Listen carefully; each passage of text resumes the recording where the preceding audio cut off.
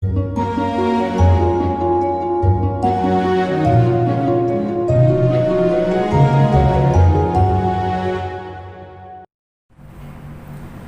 pagi anak-anak, bertemu kembali bersama Pak Kawan.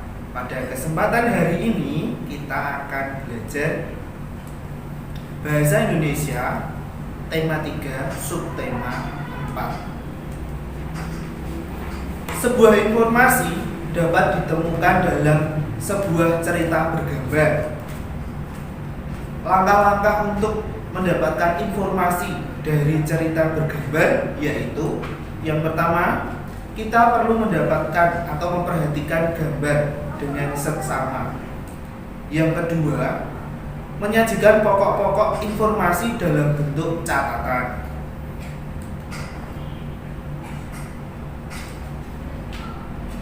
Syair merupakan salah satu bentuk puisi lama yang terikat dengan aturan rima.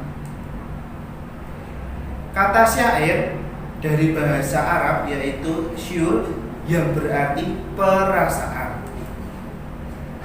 Syair biasanya berisi tentang nasihat, sindiran, kiasan, pengajaran, agama atau sejarah. Ciri-ciri syair adalah sebagai berikut. Yang pertama, pada umumnya tiap bait terdiri atas 4 baris. Yang kedua, tiap baris terdiri atas 4-5 kata. Yang ketiga, tiap baris terdiri atas 8-12 suku kata. Yang keempat, rima akhir berpola AAA atau ABAB. Dalam sebuah syair, lagu terdapat kata-kata yang mengandung arti khusus. Langkah-langkah untuk menyusun informasi dalam bentuk bagan adalah sebagai berikut. Yang pertama, bacalah teks dengan cermat. Yang kedua, carilah informasi penting dari teks tersebut. Yang ketiga, susun informasi penting secara urut. Dan yang keempat, tuliskan informasi tersebut dalam bagan sesuai dengan urutan informasi. Selanjutnya, penggunaan tanda baca titik untuk yang pertama, mengakhiri sebuah kalimat yang bukan pertanyaan atau seruan. Contohnya sebagai berikut: Ibu sedang menyapu halaman. Tanda bacanya titik berada di belakang atau di akhir kalimat, atau diletakkan pada akhir singkatan, gelar, pangkat, dan sapaan. Contoh kalimatnya, Dokter titik Ardi sedang mengobati pasien.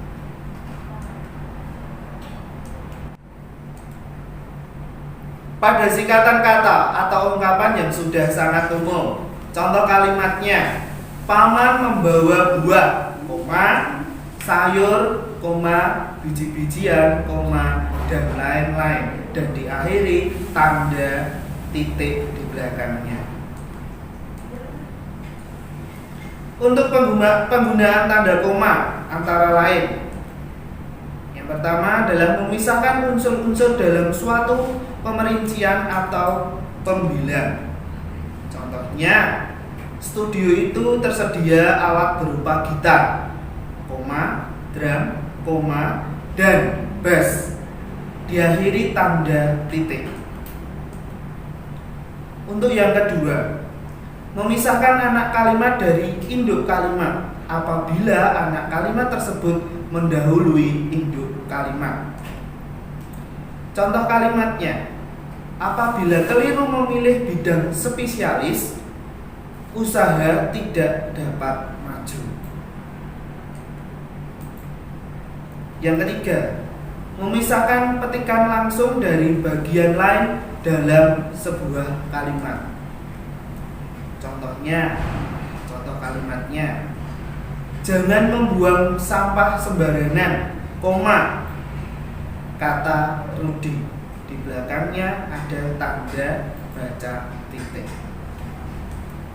Baik, anak-anak, video kali ini cukup sekian. Anak-anak dapat mengerjakan latihan pada Google Classroom. Tetap semangat, Tuhan memberkati. Halo anak-anak, selamat pagi. Bagaimana kabar anak-anak? Sehat kan? Hari ini kita akan belajar SPDP tentang teknik melipat. Apakah itu teknik melipat? Teknik melipat adalah teknik mengubah bentuk atau ukuran suatu benda dengan cara dilipat. Lalu, benda apa saja yang dapat dilipat? Yang pertama, benda yang dapat dilipat adalah kain, kedua kertas, dan yang ketiga adalah plastik. Ini adalah contoh-contoh benda yang mudah dilipat. Sekarang anak-anak perhatikan video bagaimana cara melipat kemeja dan celana yang benar. Perhatikan cara melipat kemeja berikut ini. Langkah pertama, bentangkan kemeja dengan bagian belakang menghadap ke atas. Langkah kedua, lipat bagian sisi kiri kemeja mulai dari bahu hingga bagian bawah ke dalam atau tengah baju. Pada langkah ketiga, kita ulangi langkah kedua tadi untuk bagian sisi kanan kemeja. Pada langkah keempat, lipat bagian bawah kemeja ke arah atas hingga menyatu dengan bagian atas baju. Langkah kelima, balik lipatan kemeja. Kemeja sudah terlipat dengan rapi. Cara melipat celana. Melipat celana pendek. Pada langkah 1, bentangkan celana dengan bagian depan celana menghadap ke atas. Langkah kedua, lipat salah satu sisi celana ke sisi satunya hingga menjadi satu bagian. Selanjutnya, pada langkah ketiga, lipat celana ke arah atas hingga bersatu dan celana sudah terlipat dengan rapi.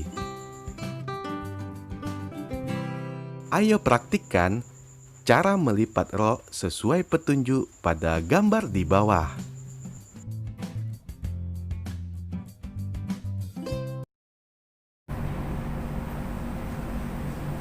Nah, tadi anak-anak sudah melihat video cara melipat kemeja dan celana yang benar.